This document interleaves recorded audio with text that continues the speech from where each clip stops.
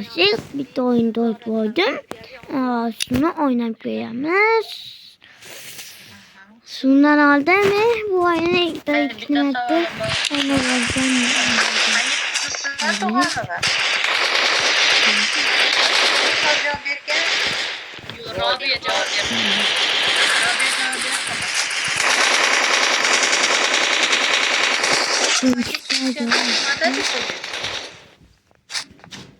O'sha 1 yoshli bolani psixologik kuchlarni bering.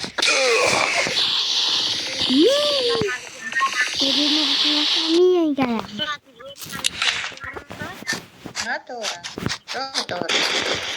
Yani bog'lanish bo'lsa.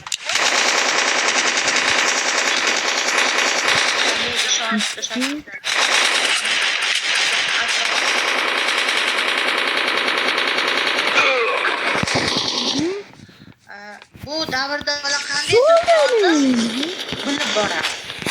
Dunyoni qanday anglashni boshlaydi bu yoshda.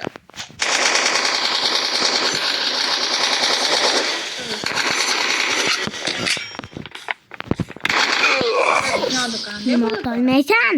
Hech vaqt oldim.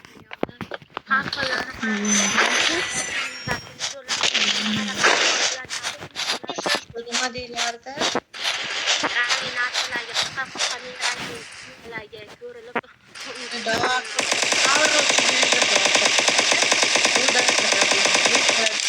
Bilib boradi.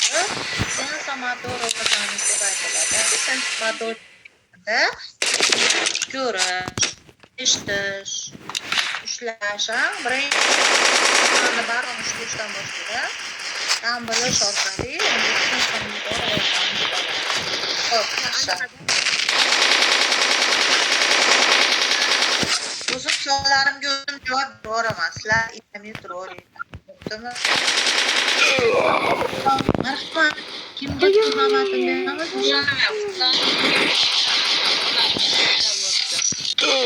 Marhamat. Voy nima chiqarib yuborsiz? Kirgizing tezda uyda o'ynashni. Hovlida. Marhamat. Bolaning 3 yoshga rivojlanishi.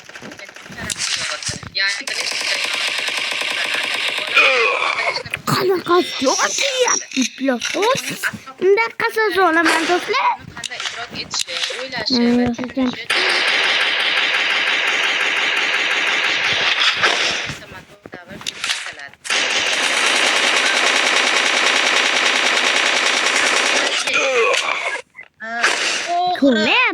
Defeat. Ama bu ayıncan qanaqasiga? Yes.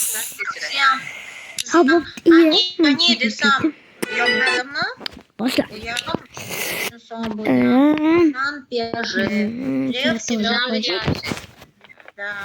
Aaron Stoll, Alexander.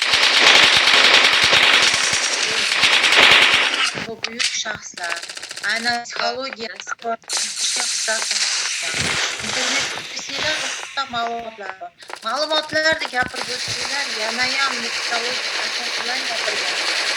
Davom eting.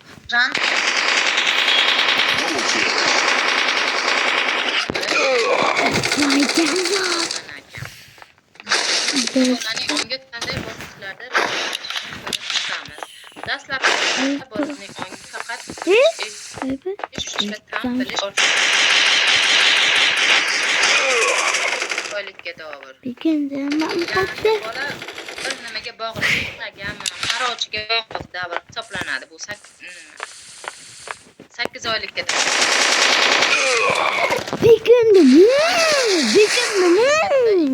Bola qolgan narsa, masalan,